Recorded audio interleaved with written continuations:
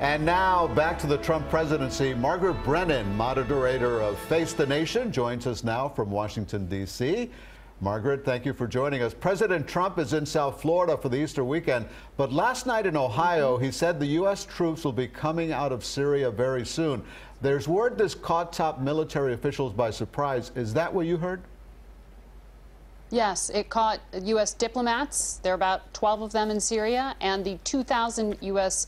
boots on the ground in Syria by surprise, along with his national security team. There is no timeline for the U.S. to draw down what is a pretty small presence, given the scale of that conflict. Remember, the U.S. troops are there to fight ISIS and to help try to stabilize some of that area. But it signals really what the president said when he was on the campaign trail, which is just this idea of American sort of not isolationism, but not wanting to be shouldering the burden fully. He said, let others take care of it.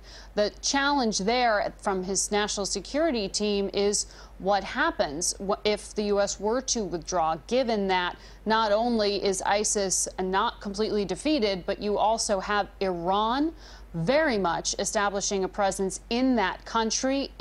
U.S. allies don't like that. Jordan doesn't like it. Israel doesn't like it. And you have concern about the Russian presence there as well. So there are consequences if the president were to actually follow through on that. It also breaks from his practice of saying you're not going to signal your movements to the enemy, which is something he criticized President Obama for doing.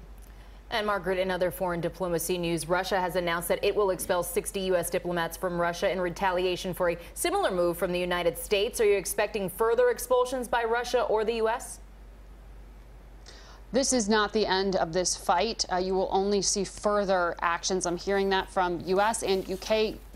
Officials who are saying you could see cyber actions, you could see sanctions, you could see it further ramping up here, because if you trace it back to what was the triggering event, it was that chemical attack on the streets of the UK against a former Russian agent. The idea that chemicals were used as a weapon on the streets to assassinate someone abroad really just is beyond the pale for the United States, for the UK, and more than 20 other Western countries who've decided to expel Russian nationals. The White House says that the Russian nationals that the U.S. kicked out weren't diplomats at all, but were actually undeclared Russian intelligence agents who'd been working on some of these malicious plots, whether it's cyber attacks or chemical.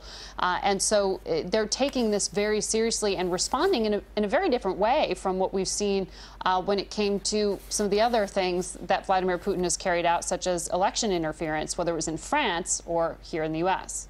All right, Margaret Brennan, live for us in Washington, D.C. Thank you so much for your insight this afternoon. And you can catch Margaret on Face the Nation Sunday at 10:30 a.m. Her guests this week, Senators Tim Scott and Bernie Sanders, and Congressman Trey Gowdy. Then stick around for Facing South Florida with Jim DeFede at 11:30. He speaks with first responders of this month's deadly bridge collapse at FIU.